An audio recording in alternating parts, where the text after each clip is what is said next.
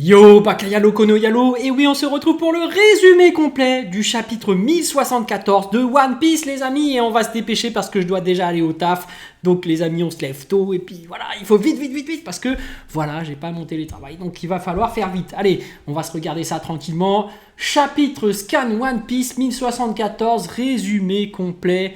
Les amis, c'est parti. Donc après la pause d'Eiichiro Oda, le chapitre One Piece 1074 est publié dans le Weekly Shonen Jump numéro 11 2023.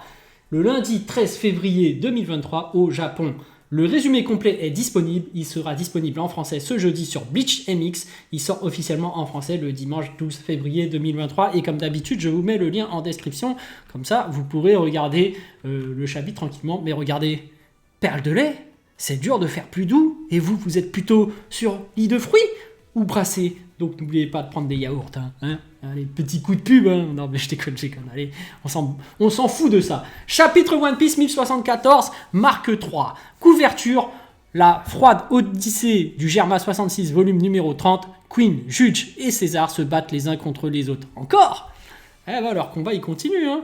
Bon, bref, on s'en tape, on va regarder la suite. Le chapitre débute avec les agents du CP0 qui sont restés dans la fabriophase.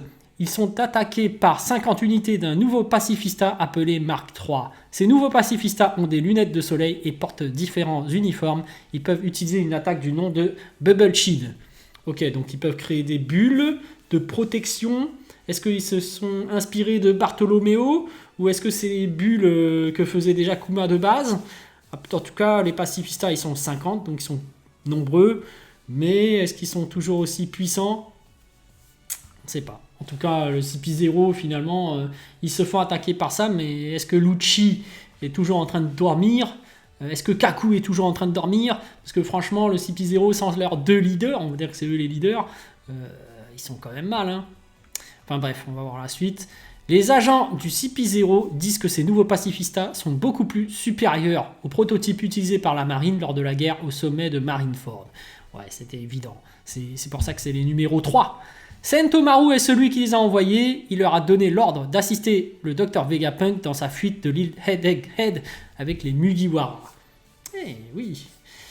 Stussy arrive où se trouvent les clones de Vegapunk et les chapeaux de paille sont ainsi que les 4 séraphins, Lucci et Kaku qui dorment encore. Ah bah Stussy les a bien eus, hein, par surprise, mais bon, voilà, ils sont bien KO. Le groupe décide de chercher le vrai Vegapunk séparément, mais Luffy et Zoro ne viennent pas avec eux. Sanji demande à aller avec Stussy Sama. Ah, Sanji, oui, il tombe amoureux forcément, bah oui. Mais c'est une vampire. Réfléchis, franchement Sanji il réfléchit pas avant d'agir, mais bon. Luffy est fatigué à force de courir et de se battre. En plus, il a cassé ses chaussures d'homme, alors il ne peut pas voler. Hein? Luffy est fatigué? Ah bon, ok. Zoro va rester avec lui parce que les autres ne veulent pas qu'il aille se perdre dans le labo. Alors Luffy et Zoro restent dans la control room pour surveiller Lucci et Kaku. Ouais, ok. Je vois pas l'intérêt de les surveiller puisqu'ils dorment. On passe à Bonnet, qui est dans une sorte de monde des souvenirs qui ressemble à une prairie. Vegapunk n'est pas avec elle. Bonnet voit l'ombre d'un château et des Tenryubito. Oh, les Tenryubito! Puis elle voit un jeune Kuma, comme celui des SBS, qui est maltraité par des gens. Pas les Tenryubito, les agresseurs sont d'autres personnes. Le jeune Kuma est forcé de retourner quelque part où quelqu'un qu'il connaît va se faire tuer. Ok, donc c'est l'histoire, le flashback de Kuma. En fait, Bonnet rentre dans ses souvenirs. On revient au labo, Pythagore recherche le vrai Vegapunk. Soudain, il se retourne parce qu'il ressent quelque chose et une partie de l'immeuble où était Pythagore explose. À Frontier Dome, les barrières sont de nouveau baissées et les clones de Vegapunk ne peuvent pas se refermer. Shaka tente de régler le problème parce que s'ils essaient de sortir maintenant, ils se feront tirer dessus par le CP0. Effectivement. On change d'endroit. On peut voir le bateau montgolfière du World Economy Newspaper voler dans le ciel. Vivi est à l'intérieur du bateau avec Morgans et Wapol.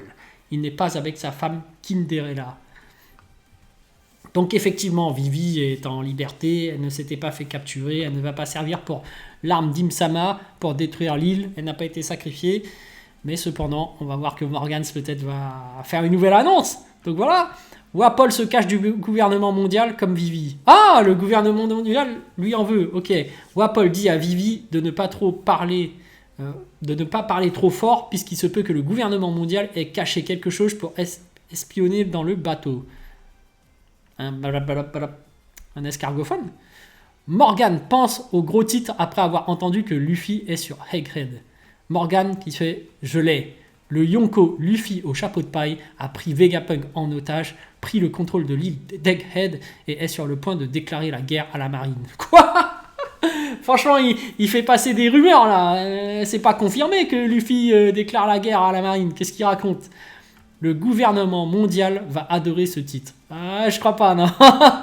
Ils sont pas prêts, je pense. Hein. Le gouvernement mondial, on rappelle qu'un équipage Yonko égale le quartier de la marine, ça va être chaud hein, si jamais il y a une guerre. Puis Morgans dit à son staff d'aller collecter de l'argent du gouvernement mondial. Vivi s'énerve après lui. Vivi qui dit « Luffy ne fera pas de telles choses ». Et Morgans qui fait « Tu pleurais encore hier et maintenant tu oses me dire comment faire mon travail ? Je suis le seul qui puisse secouer ce monde. » En fait, Morgans, il cherche trop la merde. Hein. S'il déclare ça alors que Luffy n'a pas déclaré la guerre, je sais pas. Après, peut-être qu'en réaction, la marine va déclarer la guerre et va venir attaquer, mais bon. Cela importe peu que ce soit vrai ou un mensonge, puisque les journaux, c'est du divertissement. D'accord, donc Morgan, il cherche trop la merde. Et c'est quoi, il veut augmenter son nombre de vues? En fait, Morgan, c'est un youtubeur, c'est ça? Il fait tourner des rumeurs. Il va dire Luffy déclare la guerre expliquée en titre. Bon, bah, il n'y aura pas de pause la semaine prochaine. Le chapitre One Piece 1075 sort le 16 février 2023 dans le Weekly Shonen Jump numéro 12. Bon, bah voilà, hein, les amis, petit résumé complet.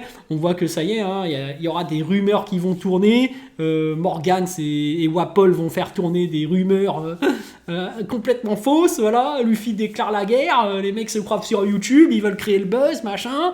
Bon, c'est marrant, on verra bien ce que ça va se donner, mais peut-être qu'il y aura une guerre qui va s'annoncer finalement. Donc voilà, mais après on n'oublie pas qu'il y a l'histoire de Barbe Noire, mais avant ça, il va falloir trouver l'histoire de Kuma et l'histoire de Vegapunk. Donc les amis, sur ce, il faut que j'aille au taf, donc à plus dans le bus, ou plutôt à plus tard dans le car, ou plutôt à bientôt dans le bateau, je me dépêche. Allez, salut, ciao, ciao, ciao.